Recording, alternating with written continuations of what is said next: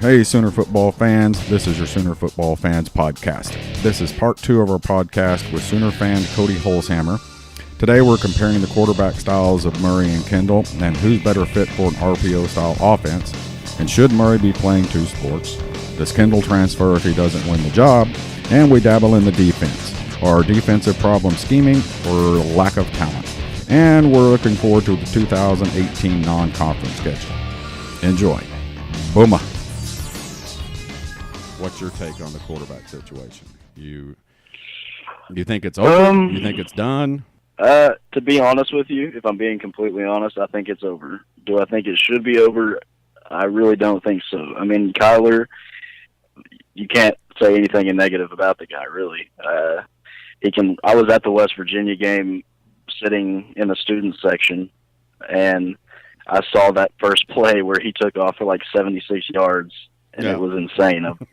I can't believe he got caught. But my only worry with Kyler, to be honest with you, is if he's going to be able to be patient in the pocket, because he has an arm. He zips the ball. He hits everything. He's accurate. He's very accurate. But I'm just scared he's going to want to use his legs too much. Kendall, on the other hand, he's taller. Kyler's 5'11". Kendall's 6'2". They're both around 200. I think Kyler's 190. But Kendall, he's got from what I've seen, I haven't seen much of him, but he's got a good arm. I've heard he can run from other people. But besides that, I don't know enough about him to make that call or anything. My response to Kyle Murray being patient, he does play baseball, so he does sit there, wait for pitches, and so he can be patient. But then again, it's a little different when guys. Well, right now he's only hitting about 270, so. Well, it's still. Yeah, but when he does, he outruns everybody on the field. Yeah. But then, like I said, but then again, though, he doesn't have a 200-pound lineman coming up his face when that's happening too. So. Yeah, but that's going to be a true thing with him. You know, with either the quarterback being able to sit back there and be patient. I think a lot of it has to do is the RPO style offense. That's what we've had. Are we really going to break from that? And for 2 years, and then we got Spencer Rattler coming in, and we're going to go back to it. I think that's the style of offense that we're in now. Yeah. So I agree completely. That's another thing about Kyler, though. He's a quarterback we see a lot around the country. Lamar Jackson, Deshaun Watson. I'm not saying he's at that level of them, but I'm saying that type of quarterback. At Oklahoma, have we ever seen a quarterback like that? Not that I can think of. Not since our days. In their days, yes. Our days now. Our days, that's all we had. I mean, yeah. And I really have to credit Sooners 24/7, who does the video stuff. He put out that which I thought was cool. The 1 + 5 = 6 tweet, and it the first thing that came to mind when I saw it, I never thought about it before, was the pass from Jamel to Keith Jackson. Jamel, I've met the guy. We're doing stuff with him. He's a super nice guy. Jamel ain't no taller than me, okay? And I'm, 5'9.5" on a good day. And Jamel had the speed. We just didn't throw the ball around that much, but when we had to back in those days, just like that play right there, Jamel could throw it. But and so can Kyler. And Kyler. Oh my God, he may have a stronger arm than Baker actually. Because that pass. Oh, I can believe it, man. That pass that he threw to Brown in that game, dude, that was a 50-60 yard pass in the air. Yeah, and it kind of looked like he wasn't even putting much on it. It kind of just looked like he just threw it. You know what I mean? Not too hard. I'm just going to throw it up and you go catch it. And well, I've been to half a dozen baseball games this year already, and nobody tries to take an extra base on Kyler. I can just tell you right now. I hope he uses his baseball skills and slides a lot too, though. If he does play, that'd be good too. Yeah, he's going to have to. He's going to have to be able to know when to, drop and take what you got. And I think that's a big thing that Baker did this past year that he hadn't done before. I mean, people always said he's he's doing too much out there. There's a time that the quarterback has to stop, and go, okay. Yeah. Of all this, and this year he did a lot more sliding, ugly slides. He wasn't very good at it. Obviously, he didn't practice at it, but that helped him, I think, immensely stay a little more healthy, and stay in some more games for us. But I'm with you. I think. How do you? Go ahead. No, I'm sorry. Finish what you're saying. No, I just think everybody here, in Sooner Nation or whatever, thinks it's we're going to see Kyler, and obviously they're not going to say that. The university's not going to say that, but At least not yet. Not yet. Until something happens.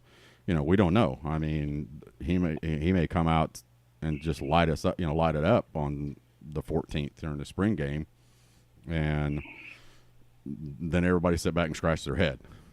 I don't think they'll announce it until the first week, because last year they announced it back up until the week of the first game. So probably the same thing this year. They'll keep us on our toes until that last second, pretty much. Yeah, but part of that is kind of just so the opposing team doesn't get too much of an idea of who's starting, I guess. We had no scrub first game either. Got Lane Kiffin going town. Yeah, so, that's not a gimme. A pretty good team. So yeah, it'll and I think we got a pretty good non-conference schedule this year. They're Army, UCLA, Florida Atlantic. Not Chip Kelly. Chip Yeah, Kelly's Chip Is that Kelly. coaching down at UCLA? Yeah. I mean that. Neither one. None of those teams are. Cupcakes. I mean, they're above average football teams. It's not like we've got, who was it we had last Mercer. year? Yeah, Tulane. I think they all went to bowls last year, didn't they? Yeah. Yeah. So I mean, the worst team I've been Florida Atlantic, and they won like 11 games. So I mean, UCLA was the worst team. Florida Atlantic won 11 games, and Army won 10 or something like that. So. And it'll be interesting. Can't wait till the Army game. Yeah, it'll be interesting though to see our defense with Chip Kelly, because it's going to be spread out all over the place. I'm worried about Florida Atlantic. Yeah. Chip doesn't have his players yet. Yeah. I'm worried about Florida Atlantic just because I don't want to be embarrassed by in Florida. I'm not worried about anybody. We want Bama. But, also, let's go into the defense. Talk a little bit of defense. Can I ask you one question before we go to the defense? Yes, sir. Go ahead. Okay. I have a question about two questions, actually. First question is, how do you guys feel about Kyler playing baseball? And second question is, if Kyler wins the job, do you think Kendall transfers? Or those are my questions, Yeah. I guess. You want to take it first, Rob, or you want to Go first. Caleb wants to go first. Go, Caleb. Guns baseball. My thing is Russell Wilson played baseball, and so did Jameis Winston. So I don't have too much problem with it. I mean, it's not too bad for me, as long as, again, with the football so far it hasn't. I think that Kendall will stay on this year, and then probably will transfer next year when Rattler comes in. That's my best guess, so probably. So Okay. I think if well, first off, I don't have a problem with him playing baseball, because it's probably a situation where he knows that if he's going to get into the pros, he's probably going to go in baseball. He's got a real good shot at that. So he's probably told them, listen, I'm going to be a two-sport guy, and if not, I'm going to be a one-sport guy, and it may be baseball. Yeah, I agree. I think, I agree with that, yeah. I think that was probably a prerequisite that he gave when he walked in here, was I'm playing baseball. And, I think Lincoln came out publicly and said, I support it. We're going to help him out. And word is that they've sat down and worked out a practice plan through spring and through summer. So, he's getting the, reps that he needs in both deals. So one thing, we were at that one baseball game a couple of weeks ago, and I guarantee you Kyler could have scored from second base. And they held him up because it would have been a close play slide, but they hands up, stopping him. Me and Rob looked at each other, was like, oh yeah, that's a football thing right there. That may be a coach right there. Yeah. Riley's calling him right now. Like, You better keep him at second base. Yeah, do not let that guy get into a situation where, obviously if they're in a big game, it wasn't a big game. I don't remember who it was. It was like West Texas or no, it was Gulf Texas State or something like that. But it wasn't a big school. But I think I'm with Rob. I think he's gonna, his opportunities are going to be in baseball. Now, what was your? I mean, from what it looks like right now, he's got all of the skill set that he needs to go play pro ball in baseball. They're gonna have to work on his hitting, but he does have quick hands. But fielding the ball, running down balls in the outfield, and certainly he can throw it to the plate from the fence. So yeah, he's got an arm. Okay. Kendall was the second question. If he transfers, yeah, he transfers. If he, you think he does? Yeah, I think after this year, if Murray plays good, I think I think it all depends on Murray's play too. If Murray plays good and steals a job, probably because. I mean, you can play somewhere else probably. Right. I mean, you got to look at it. Like we say, we got, an RPO style offense. I don't say an RPO defense or offense because Rob twists, becomes the, exorcist when we talk about an RPO offense. But we have an RPO style offense. We've got, obviously, Kyler is an RPO style quarterback, and so is Rattler. So, from what I've seen of Rattler, he's going to be pretty equipped when he walks in here. And so he'll have a year under Murray, right? He'll have a year under Murray. So I don't see why there would be any reason for Kendall. I mean, I hate to say that, but I mean, if it were me, it's kind of like the old Troy Aikman situation. Let me go somewhere where my skill set is what we're going to be doing. We can't be too mad. That's why we got Baker, so it's only fair that we can get someone else a quarterback. Do what? That's why we got Baker. Because Baker, they switched stars from him, and so that's how we got him there. So, but I mean, I think Rattler comes in, and let's say Murray doesn't leave for the MLB or he doesn't do anything like that. And he gets a year behind Murray, and he gets to hit the gym with Wiley, the strength coach. I think he's going to be a scary quarterback. Yeah, I do, because he don't have much meat on him right now, but neither did CeeDee Lamb. CeeDee Lamb's put on 30 pounds since the end of the season. Big. And you put on the right type of weight, and primarily muscle in the right place, which, from everything I've seen about the strength and conditioning coach Wiley, he's got it going.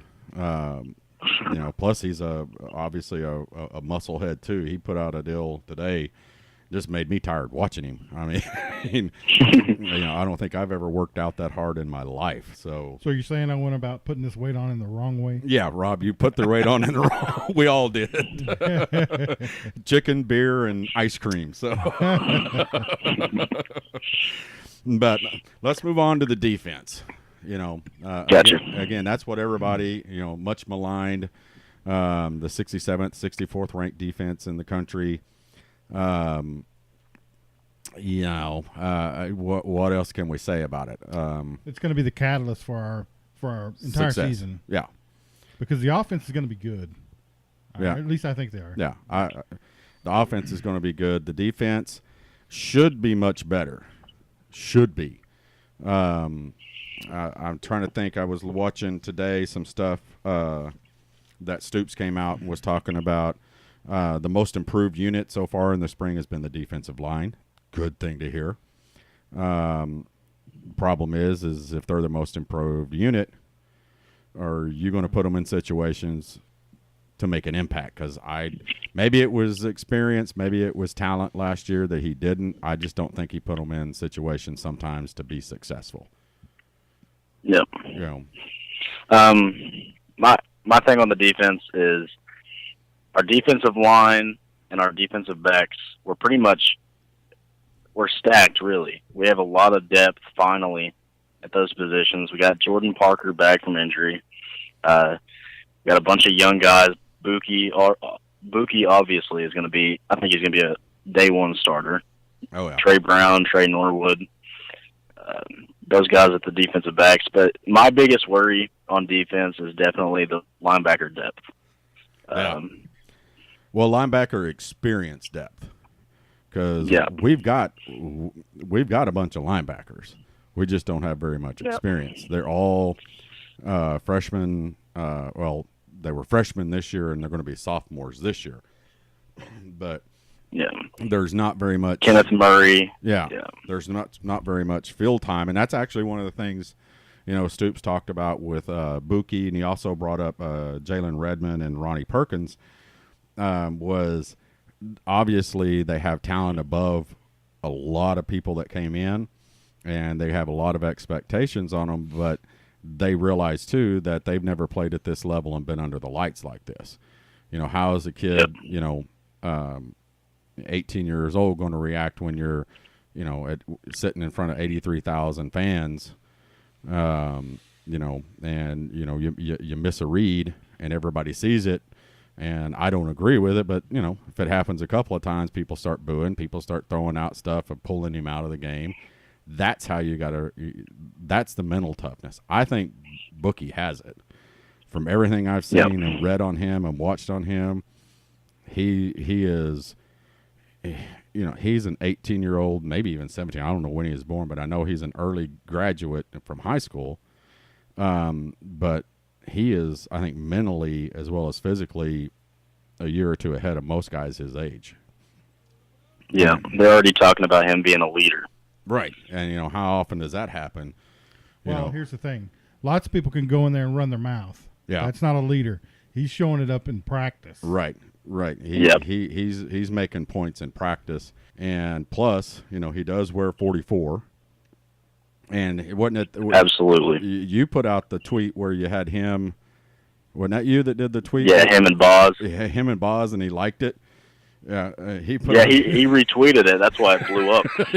And you were like, "Oh my God," which is cool when something like that happens. But and when you look at that, I mean, a lot of we all know a lot of Boz's was enhanced muscle. Bookie's about the size of that boy right now. I mean, he's pretty stout looking kid. I think that's why they're trying to make him into a nickelback. Yeah, I mean, and you know what? I mean, you talk about great safeties, nickels and stuff like that. Roy Williams, Bill Parcells said when he got to Oklahoma, Dallas.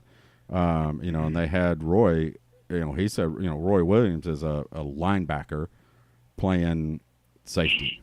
That's the type of skills I think that Buki has from everything that I've seen and heard. You could if you decided to put him at middle linebacker, you'd be all right. Yeah. But maybe a little undersized. Another thing about him that a lot of people aren't really talking about, he's kind of the, well, was it Pledger did Pledger commit first? I think he did, didn't he? Yeah.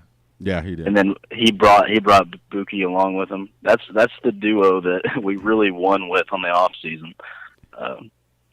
That's just going to be a deadly duo. I know Pledger's on offense, obviously, but just having them together to motivate each other and get each other going is going to be a good thing. But I think, personally, a lot of the stuff, like we've talked about before with the defense, are the schemes that we're going to be put in and everything else with the defense.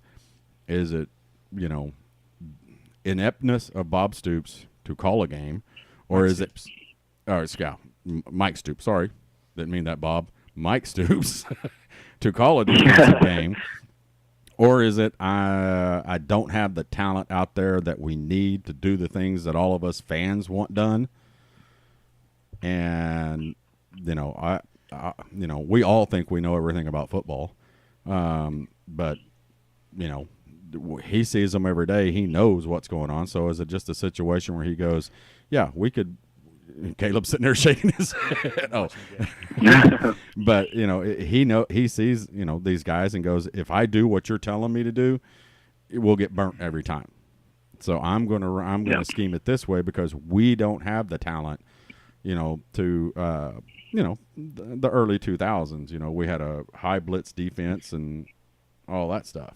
Yeah, we were guns blazing. Yeah. Hey, I got to read this tweet if you guys don't mind. Okay, go for You're it. going to love it. Blinken Riley, Champ U retweeted it, says Oklahoma State apparently has 13 different helmets to choose from, which is more than the number of Bedlam games they've won in the last 80 years.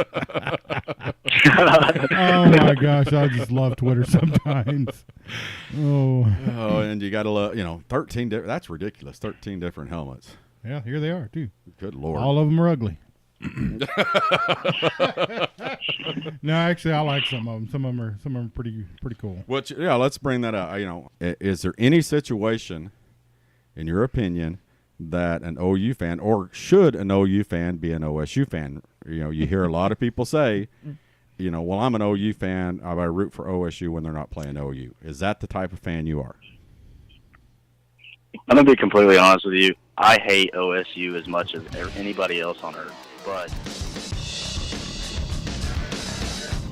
And that's part 2 of our podcast with Sooner football fan Cody Holzhammer. In part 3, we're going to talk about whether a Sooner fan could ever root for Oklahoma State. Remember, if you're a Sooner football fan and you want to be on the podcast, go to www.soonerfootballfans.com and click on How to Be on the Podcast, and then we'll get you on. Booma.